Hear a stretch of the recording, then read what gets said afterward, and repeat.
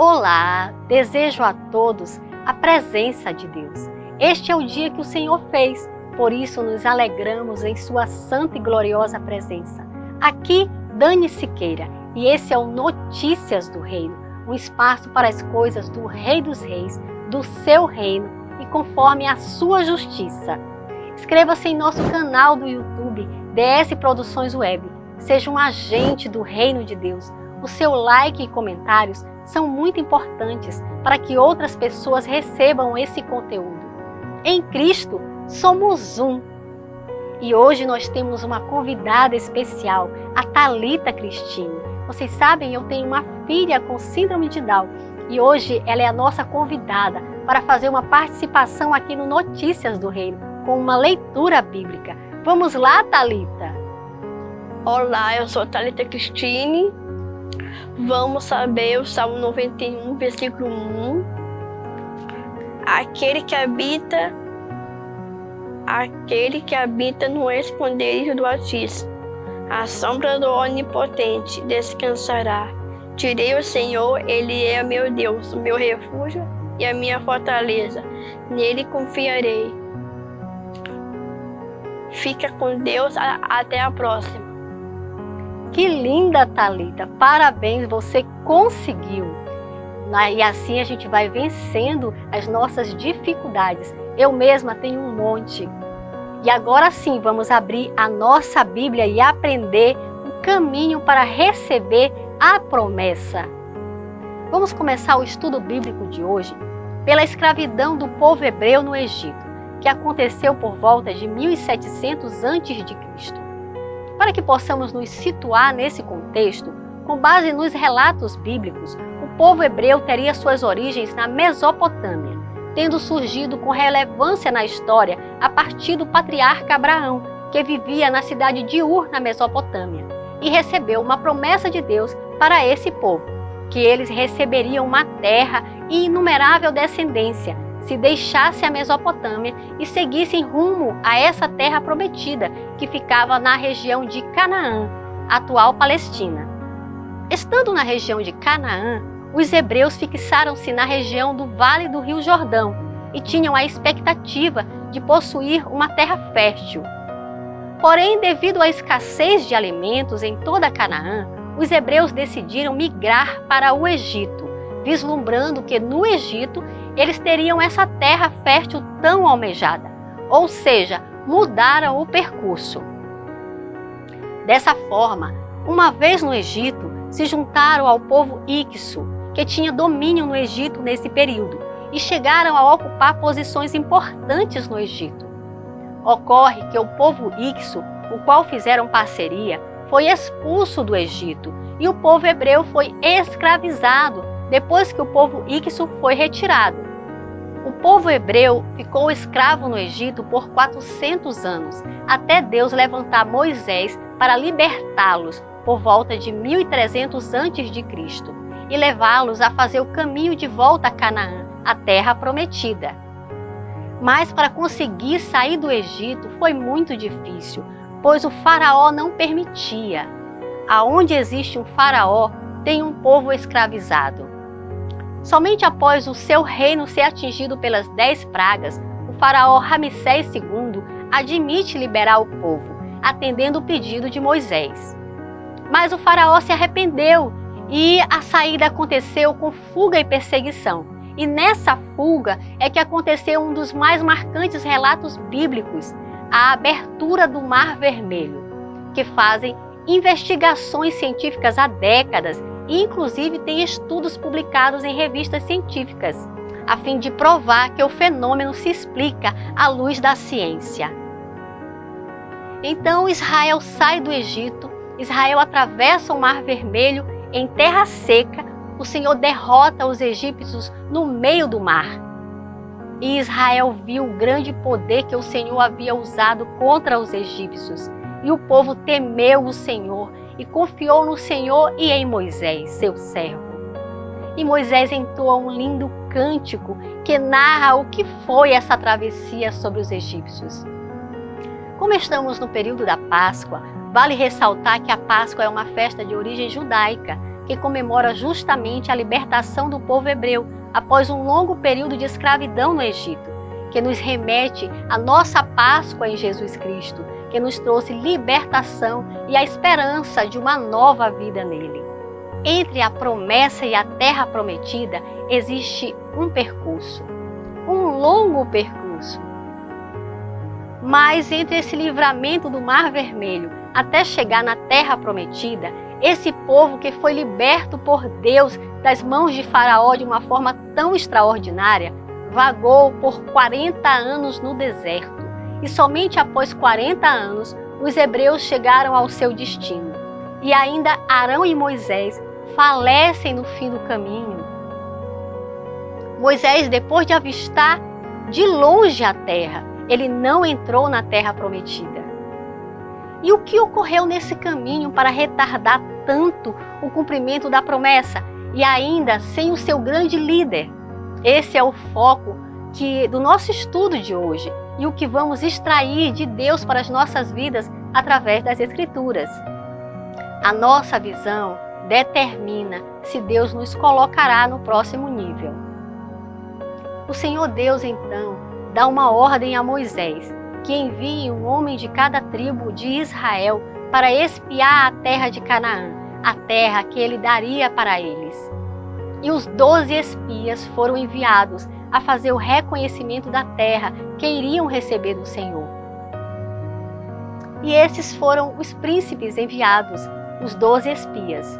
Samua, da tribo de Rubem, Safate, da tribo de Simeão, Caleb, da tribo de Judá, Gigeal, da tribo de Isacar, Oséias, que é Josué, da tribo de Efraim, Paute, da tribo de Benjamim, Gadiel, da tribo de Zebulon, Gade, da tribo de Manassés, Amil, da tribo de Dan, Setur, da tribo de Asser, Nabe, da tribo de Naphtali, Jeuel, da tribo de Gade.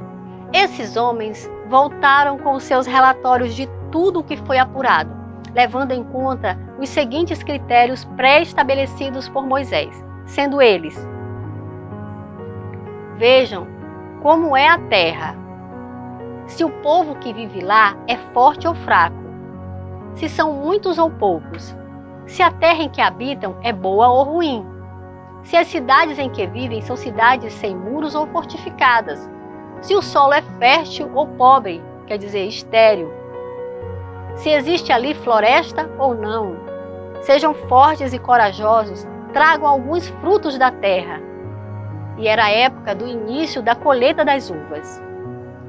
E esses homens apresentaram seus relatórios a Moisés, a Arão e a toda a congregação. Embora tenham trazido em mãos os frutos da terra, provando ser uma terra onde mana leite e mel, passam a relatar a terra, colocando à frente do principal todos os obstáculos, conforme a visão deles, a classificando negativamente em todos os outros quesitos, fazendo murmurar toda a congregação contra Moisés e contra Arão, ferindo a terra, pois pecaram contra Deus. E agora prestem atenção no que foi dito, pois isso vai determinar o rumo da vida de cada um deles. Todos os israelitas queixaram-se contra Moisés e contra Arão, e toda a comunidade lhes disse: quem dera tivéssemos morrido no Egito ou nesse deserto, porque o Senhor está nos trazendo para esta terra, só para nos deixar cair a espada? Nossas mulheres e nossos filhos serão tomados como despojo de guerra. Não seria melhor voltar para o Egito? Conseguiram fazer chegar no limite a paciência de Deus. Murmuravam, preferindo ter ficado no Egito a ter que passar pela prova. Cuidado, a maledicência faz embaçar a visão e impossibilita enxergar a verdade que está bem à nossa frente. As queixas desagradaram muito ao Senhor, que deixou o povo entregue às suas próprias palavras, e Moisés intercede pelo povo. Como passamos pela prova determina o tempo no deserto, ou mesmo se ainda haverá vida para prosseguir. O Senhor respondeu: eu os perdoei, conforme você pediu. No entanto, juro pela glória do Senhor que enche toda a terra, que nenhum dos que viram a minha glória e os sinais miraculosos que realizei no Egito e no deserto, e me puseram à prova e me desobedeceram 10 vezes, e não obedeceram a minha voz, nenhum deles chegará a ver a terra que prometi com juramento aos seus antepassados. Ninguém que me tratou com desprezo haverá. Mas como meu servo Caleb tem outro espírito e me segue com integridade, eu o farei entrar na terra que foi observar, e seus descendentes a herdarão. O Senhor então profere o castigo. Depois o Senhor disse a Moisés e a Arão: até quando vou aguentar esta má congregação que murmura contra mim? Tendo ouvido as murmurações que os filhos de Israel proferem contra mim, digo-lhes: tão certo como eu vivo, diz o Senhor, vou tratar vocês de acordo com o que falaram aos meus ouvidos.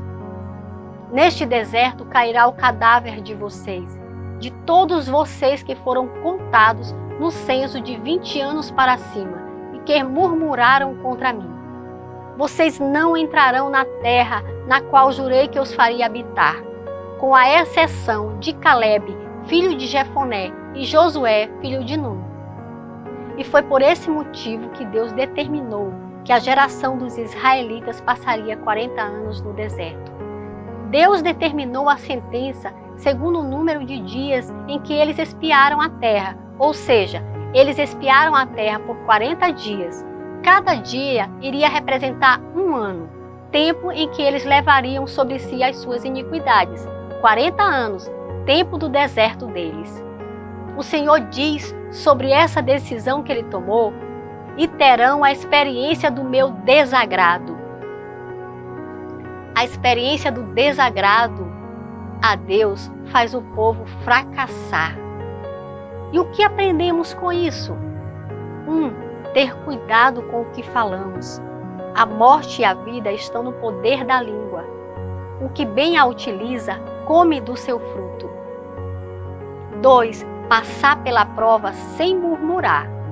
Essas pessoas vivem se queixando, descontentes com a sua sorte, e seguem os seus próprios desejos impuros. São cheias de si e adulam os outros por interesse. 3. Saber que Deus é todo-poderoso e Ele faz o que Ele quer. Terrível coisa é cair nas mãos do Deus vivo. E, finalmente, quais lições que aprendemos com os vencedores? Quando os homens estavam falando mal da terra, no meio daquele relatório, Caleb fez calar o povo diante de Moisés e disse: vamos subir agora e tomar posse da terra, porque somos perfeitamente capazes de fazer isso. E quando os outros espias já tinham conseguido influenciar negativamente a congregação, o texto diz assim: então Moisés e Arão caíram sobre o seu rosto diante da congregação dos filhos de Israel.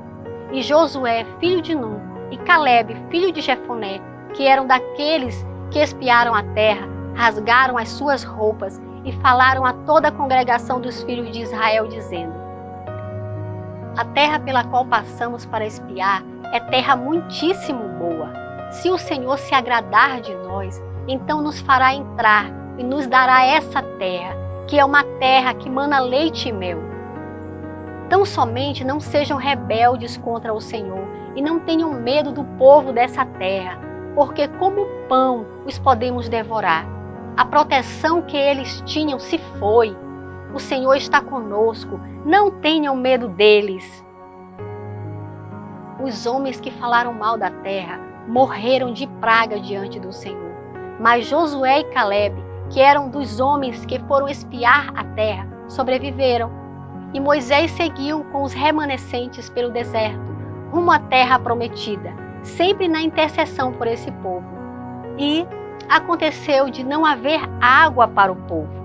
Então se juntaram contra Moisés e contra Arão e diziam, novamente o povo murmurando, já é nessa nova fase: antes tivéssemos morrido quando os nossos irmãos morreram diante do Senhor.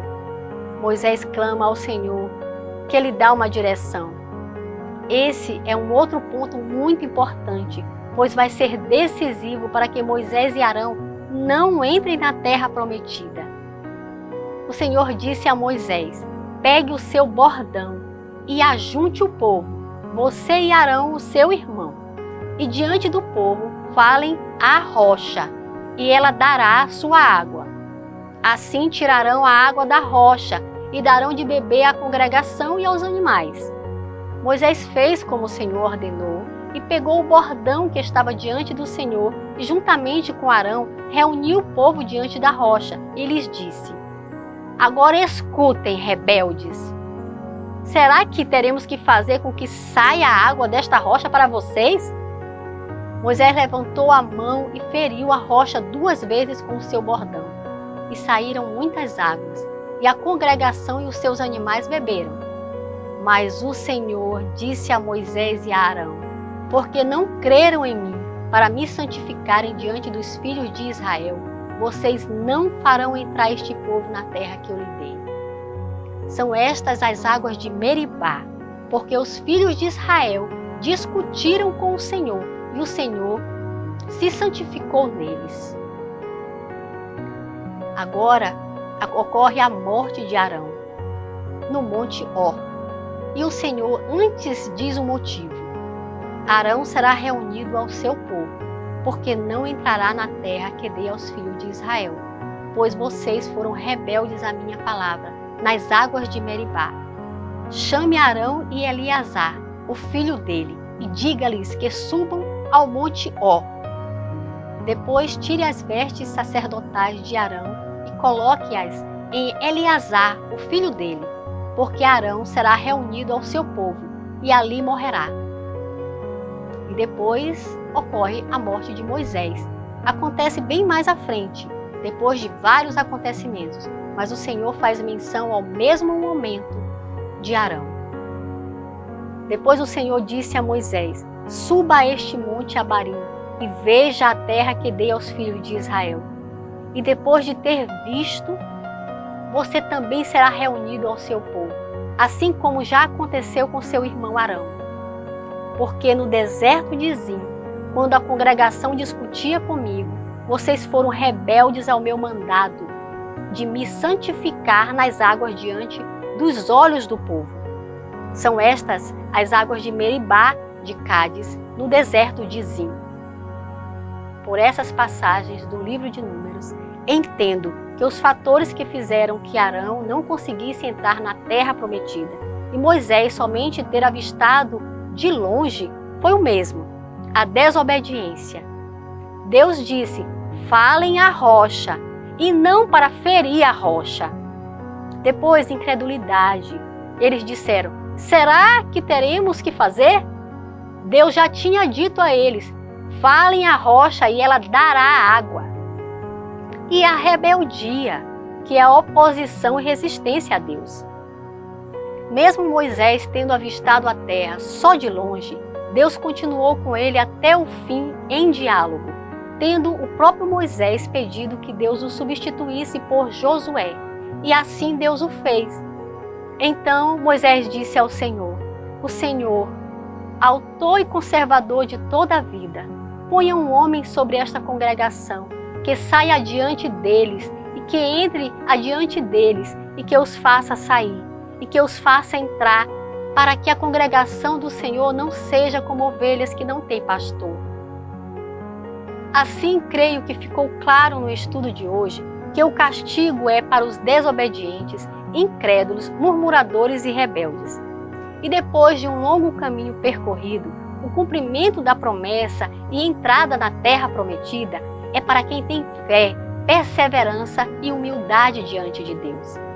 A minha oração é que o Espírito Santo nos conceda uma medida maior de fé, para que possamos permanecer firmes em meio às lutas e obstáculos que têm surgido em nossas vidas, e nos dê um coração ensinável e humilde, transbordante do amor de Cristo. Em nome do Pai, e do Filho, e do Espírito Santo. Amém.